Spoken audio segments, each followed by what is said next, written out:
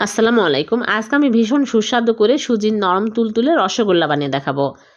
প্রথমে আমি চুলায় প্যান বসিয়ে দিয়েছি আর দিয়ে দিচ্ছি পানি 1 কাপ, স্বাদ মতো লবণ আর গুঁড়া দুধ 1/2 কাপ। এখন আমি বলক তুলে নেব।